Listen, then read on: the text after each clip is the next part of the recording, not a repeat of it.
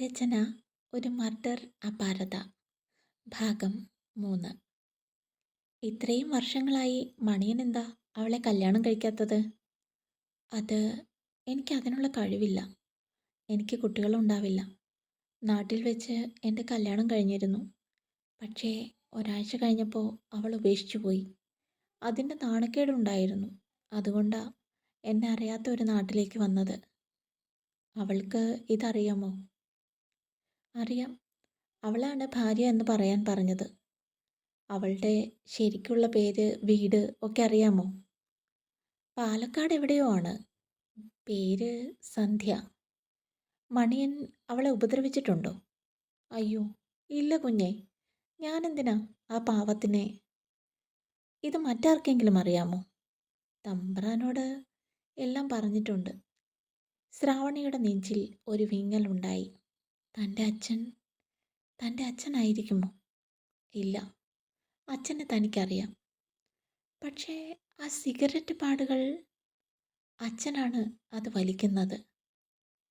പാലക്കാടുള്ള പത്രത്തിലെല്ലാം ഗീതയുടെ മരണം റിപ്പോർട്ട് ചെയ്യാൻ ശ്രാവണി അറിയിച്ചു. അതും സന്ധ്യ എന്ന പേരിൽ. ആരെങ്കിലും വിളിച്ചാൽ ഉടൻ എന്നെ അറിയിക്കണമെന്നും അവൾ പറഞ്ഞു. ശ്രാവണി ആകെ അസ്വസ്ഥയായിരുന്നു. എന്താ മോളെ? ശാരദ ചോദിച്ചു. അമ്മയോട് എങ്ങനെ ചോദിക്കും അച്ഛനെക്കുറിച്ച്? അമ്മ ഇവിടെ വന്നിരിക്കുക. എൻ്റെ അരികിൽ കുറച്ച് നേരം ഇരിക്കുമോ? എനിക്കൊന്ന് മടിയിൽ കിടക്കണം തോന്നണു. വാ. ശാരദ അവളുടെ അരികിലേക്ക് വന്നു. അവൾ ശാരദയുടെ മടിയിലേക്ക് തലവെച്ച് കിടന്നു. എന്താണാവോ ഇങ്ങനെ ഒരു പൂതി? പറ്റുമോ ഇല്ലയോ? പറ്റില്ലെങ്കിൽ ഞാൻ വേഗം എഴുന്നേറ്റോളാം. ശാരദ വേഗം അവളുടെ തലയിൽ തലോടിക്കൊണ്ട് ചോദിച്ചു. ഞാൻ പറഞ്ഞു അങ്ങനെ? ഇല്ലല്ലോ. അവൾ ചിരിച്ചുകൊണ്ട് അമ്മയുടെ മുഖത്തേക്ക് നോക്കി. അച്ഛൻ അമ്മയെ ഉപദ്രവിച്ചിട്ടുണ്ടോ? ശിവ, എന്താ കുട്ടി ഇങ്ങനൊരു ചോദ്യം? ചോദിച്ചതിന് ഉത്തരം പറയേ. ഇല്ല, ഒരിക്കലും ഇല്ല. ഒരിക്കലും ഇല്ല കുട്ടിയേ. വഴക്ക് പറഞ്ഞിട്ടുണ്ടോ? 1-2 തവണ മാത്രം. അച്ഛൻ എത്ര നാളായി സിഗരറ്റ് വലിക്കാൻ തുടങ്ങിയിട്ട്?